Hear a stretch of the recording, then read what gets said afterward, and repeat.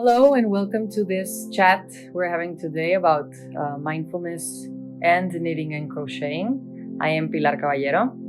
I'm a psychologist that specialized in neuropsychology. I have a certification with the University of Massachusetts Medical School and mindfulness-based stress reduction. So today we're going to be talking about how these two practices, mindfulness and meditation, and knitting and crocheting, what benefits they have, what similarities they have, and how to practice these together. How to meditate while we're knitting or while we're crocheting. Today is going to be more of a chat, a little bit more of information, but later we're going to be having 6 guided meditations. So one day we're going to focus on a body scan while we create something with our hands, and another day we're going to be paying attention to the breath while we knit or crochet.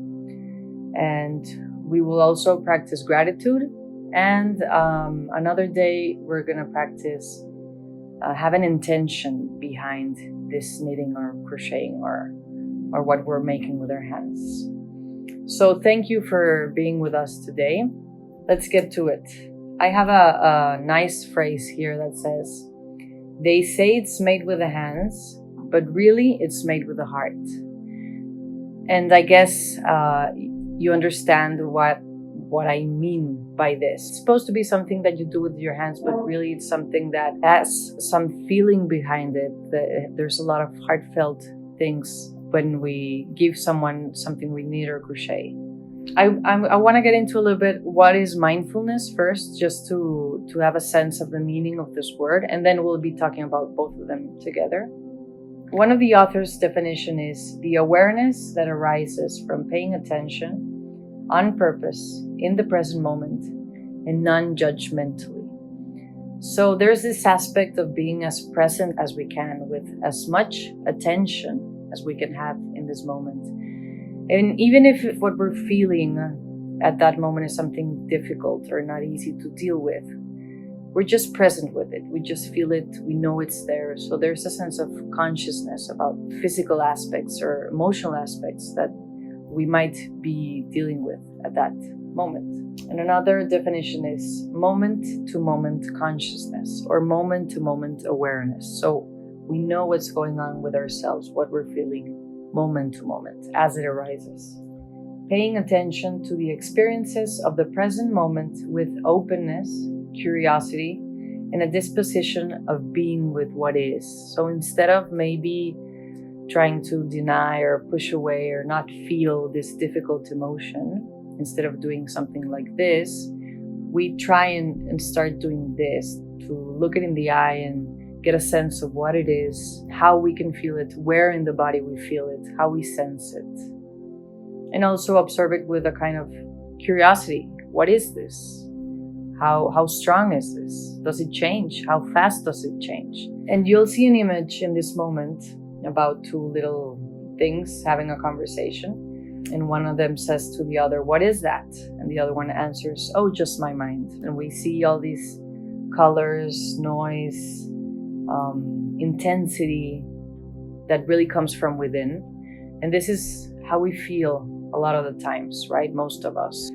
We can see somebody from the outside and think that they feel the same way inside, but sometimes there's a whole universe inside of us, in our minds and in our bodies. And this is what this cartoon refers to when it talks about the mind. So mindfulness is about paying attention to all these colors, all this intensity, all this interior universe. And now let's define knitting. So what is knitting? Interlacing threads, yarn, cords, or other flexible material to form various types of fabrics. The part we're mostly interested in is where these two overlap. So that's what we're going to talk about in the next few minutes. For all of us, it is very difficult to be present. We're constantly living through worries, things we have to do, duties, economical stress, health stresses. So it's very difficult for us to be present. We're constantly occupied. Our minds are occupied. Our bodies are occupied, right? We even forget to rest. That's how occupied we are, as if it wasn't something essential for us. So when we're not present, where are we? We're in a functioning state called the automatic pilot, as if we were not really taking charge of our actions, of our day-to-day life. It's something that we just do with inertia, but we're not necessarily there. We're not necessarily present. Have you ever gotten inside your car and you're supposed to be driving somewhere, but all through the drive you were just thinking about maybe things you had to do or something that happened yesterday or the week before, or whatever is taking up the space in your mind?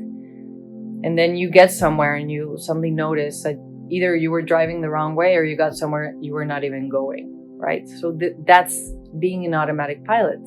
We can function because that's how amazing our brains are. We can function and not crash and get somewhere, but not necessarily in a conscious way.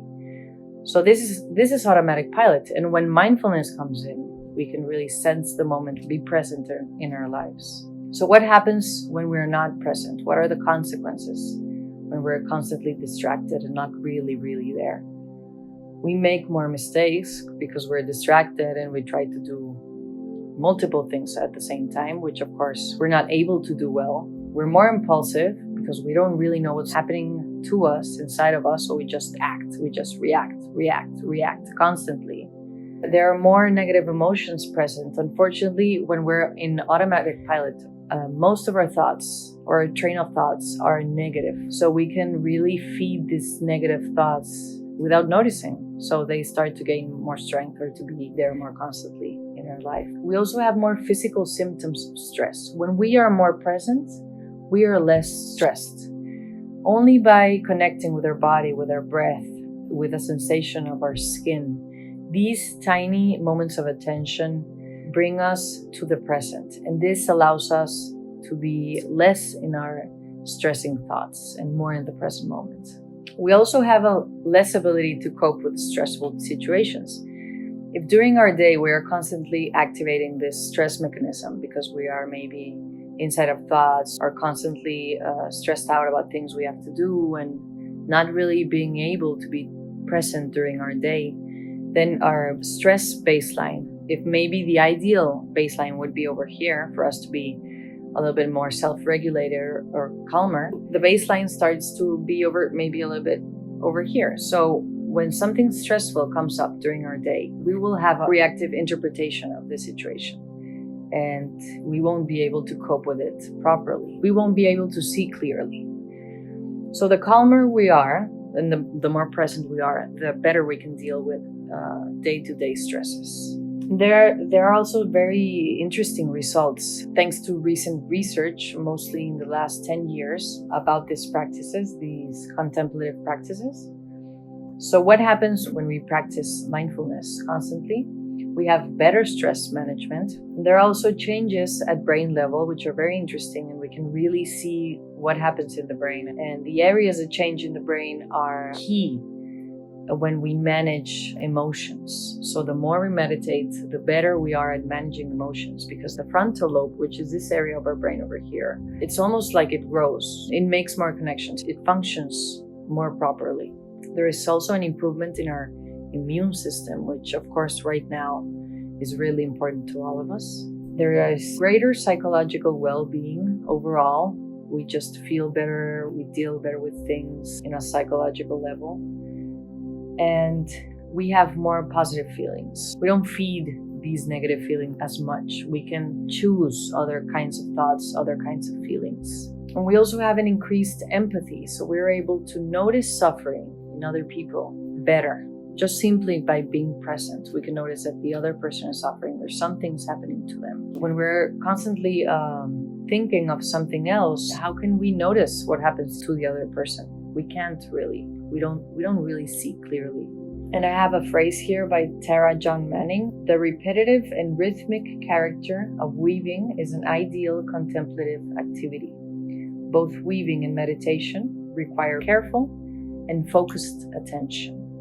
So we start to get a sense of why these are both contemplative practices. And just to clear out something, remember that meditation is a part of mindfulness. It's one of the main practices. So it's like meditation is inside mindfulness. So when I speak of one or the other, you know what I mean. What do these practices, what do these two have in common? Mindfulness and knitting or crocheting. They integrate body and mind, seeking the same goal in the present moment. So there's a body and mind connection, which is very important. And we know our problems do not disappear, but they both help us to deal with them better. It's your time for you, for self-care, to do something you enjoy, to do something that helps you feel better after you practice it. And just like breathing has a certain rhythm, and we use it in meditation, knitting or crocheting has a rhythm too. So they both have a sense of doing something, right? Of certain movement, something that comes and goes. And this inevitably calms us as human beings. It also allows you to have a break, to not go so fast, to have a pause, this special place in your home where you know you can go practice this crafting you love so much. Just enjoy, right? Just take a break. It helps us to be in a relaxed but alert state, which is very important for both meditation and knitting and crocheting. When we are too alert, we feel this kind of anxiety, or we feel this need to constantly move or maybe twitch, move around, scratch ourselves. And when we go to the other extreme, we can fall asleep. So we don't want to be too relaxed or too alert. We want to have this balance, and this balance is useful, of course, for every aspect of our life, but also very much for crafting and for meditation. Both of these have difficulties, right? We have doubts. Am I good enough? Am I doing this well? Maybe this is not for me. Maybe I should be doing something else. Am I spending too much time doing this? These are mental concerns which all human beings have. So they're natural. And it's something that we can deal with self-compassion, recognizing that it's okay to have doubts. It's okay to have mental concerns. Just know that these will eventually come. You will think them, and then just continue what you're doing. Continue your practice of crafting. They also reflect your internal processes. So how do you knit? How do you crochet? How do you react when you try and do a complicated pattern? How do you react when you make a mistake? Do you knit loosely? Do you crochet loosely or tightly? So these are all aspects that we can observe while we practice our crafting that give us a sense of how we are doing, of our internal processes, what's happening inside. And now we want to get into a little bit the benefits of both. So these benefits, they are not opinions, they are backed up by research, and we can share these books that have the information in case you're interested in reading a little bit more. So the first one, which I think is huge, is that it decreases depression. Well, depression is one of the things that humans suffer from the most, psychologically speaking, these days. So having something we can do that decreases it, that doesn't have side effects, I think is huge. It also reduces anxiety, which also is one of the most common psychological problems that we, the human beings, have. So it helps us focus on something else, not be every day just going round and round and feeding these thoughts, which unfortunately, like I just mentioned, tend to be negative. They both decrease heart rate and blood pressure, which is huge for our health and well-being. They both have brain benefits, and they both help prevent dementia, which is also very common in elderly people. They allow you to notice internal thoughts, which can be very valuable because that way we can choose differently. They also develop our attention muscle. So they are both like concentration exercises, and they reduce unpleasant emotions like irritability, boredom, frustration. So we have a more self-regulated mood. And as we know, our sense of community or of being surrounded by people we know or we care about is huge for our physical and psychological well-being. So crafting gives us also a sense of community, right? Of belonging to a group. It's something we can share with others. And just like a meditation is a reflection of your life, if you weave loose or tight, or if you have tension in the fabric while you knit or crochet, it's constantly something that tells you how you're doing and a reflection of your life, really, in general. And I would like to end this chat with another quote by Jon-Manning. When we knit, we pay attention over and over to the natural rhythm of creating fabric from the thread. Insert the needle, wrap the thread, pass a new stitch, repeat. Following this simple repetitive action is a foundation of contemplative practice. It continually reminds us that we must stay focused, stay in the moment. When we weave with this attention, we have an almost indescribable sense of satisfaction and joy. This is weaving as meditation. So I hope you enjoyed this little chat or learned something about these two very interesting contemplative practices. I'll leave you these amazing and interesting books about meditation or knitting with meditation. Thank you for being with us, and I invite you to join us for the other meditation practices. We're going to have 6 of these, and thank you for being here.